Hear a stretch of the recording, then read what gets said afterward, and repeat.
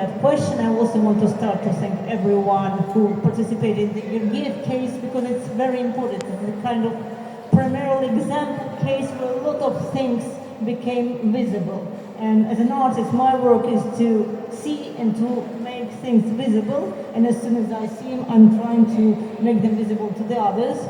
And coming from Moscow, from Sadovое Кольцо, from a very long, many generation old family. Well, my great-grandfather was killed by Stalin, but also, of course, on the other hand, my aunt was the prime ballerina in Bolshoi, Katia Margolis, a world-famous ballerina. So Bolshoi is not something, and I feel dismayed when people like Gergiev come here in Italy to promote culture, but pretend, and that's a pretend culture, because this is culture to use to mask the crime, and culture and art should not be used and instrumentalized to that.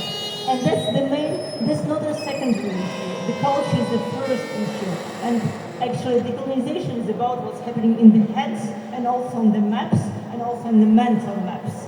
And if you have a myth constructed by Russia, promoted by Russia, and expanded to the Western society, for instance, recently we had that study here in Italy by Massimo Pasquale and Instituto Gemini, who discarded a lot of Russian narratives in the textbooks of Italian students. My children, I've been living here 20 years. You open a geographic book and you see Regione Russa, where the Baltic states, Ukraine, Belarus, not to even mention, there's no mention of any captive nations of Balkhanistan or anything.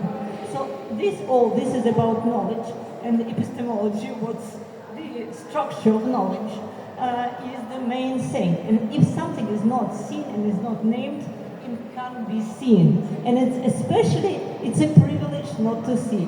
A representative of a captive nation, like Ina just was, it doesn't have this privilege not to see, not to experience that, because children, their great-grandfathers were deported.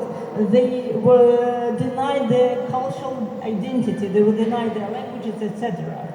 People who are born and live in Moscow, they have all the control. They have the privilege not to see, not to hear, and not to make others hear and see.